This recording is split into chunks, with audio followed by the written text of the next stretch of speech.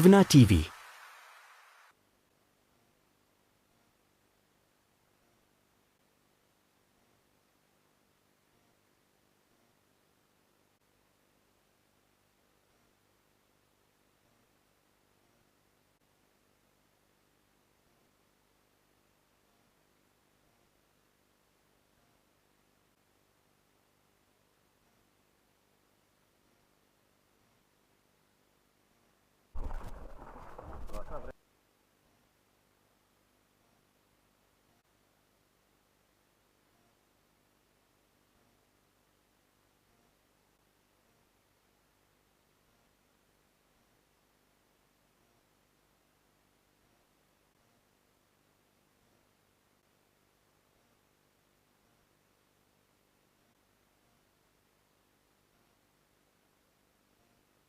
Electronic media వారికి, print media వారికి అందరూ కూడా హృదయపూర్వక నమస్కారాలండి. ఈరోజు సుబ్రహ్మణ్యం గారు మేమంతా ఇక్కడికి ఎందుకు వచ్చామంటే, కళలకు కాణాచి అయినటువంటి తెనాలిలో ప్రముఖమైనటువంటి ఒక శిల్పి కళాకారులైనటువంటి కుటుంబం నుంచి ఎంతో సేవ చేస్తున్నటువంటి కాటూరి వెంకటేశ్వరరావు గారు ఇటీవలే కళారత్న బిరుదును కూడా తీసుకున్నారు. ఆ యొక్క అవార్డును కూడా చంద్రబాబు గారి చేతుల మీదుగా ఉగాది నాడు అందుకోవడం జరిగింది. ఇంకా వారికి పద్మశ్రీలు లేకపోతే పద్మభూషణలు వచ్చే అవకాశం కూడా ఉంది. ఇక్కడికి వచ్చి చూడాలి చాలామంది, ఎవరికి తెలియదు ఇంత కళా నైపుణ్యం ఉందని.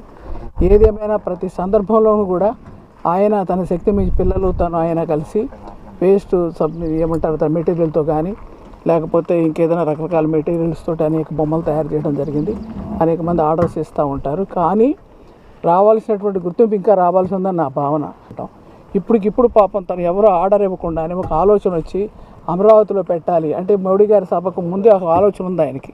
అమరావతి కనుక రాజధాని అయినప్పుడు దానిలో అనేకమైన చోట్ల తాను చేసినటువంటి శిల్పాలు రూపకల్పన ఇదంతా కూడా ఎవరైనా చూసి వెళ్తే బాగుంటుందనే ఉద్దేశంతో వారు ఆశించారు.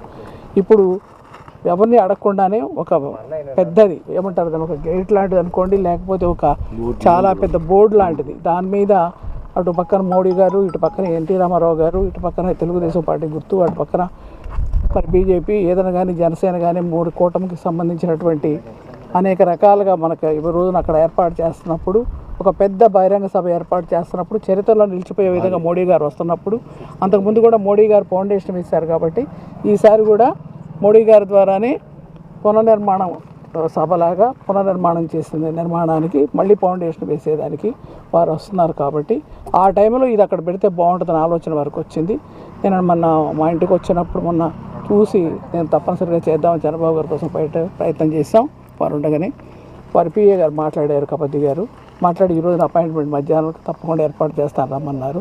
ఈ లోపలే మళ్ళీ వాళ్ళ పిఏ గారు మల్లికార్జున గారితో మాట్లాడటం, తేజస్విని అని చెప్పి చైర్మన్ గారిని ఒక ఆమె వేశారు, ఆమె గారు మాట్లాడటం, వాళ్ళు ఖచ్చితంగా ఇవన్నీ కూడా ఏర్పాటు చేసి రెడీగా పెడితే మేము టైం అది స్టేజ్ అయిపోగానే అక్కడ నుంచి దీన్ని తీసుకెళ్ళి అక్కడ నిర్మాణం ఏర్పాటు చేసి ప్రజలందరూ చూసే విధంగా, సాధ్యమైనంత వరకు వేదిక మీద కూర్చుని అలా కనిపించే విధంగా ప్రజలందరూ చూసే విధంగా ఇది ఏర్పాటు చేయడం జరిగింది.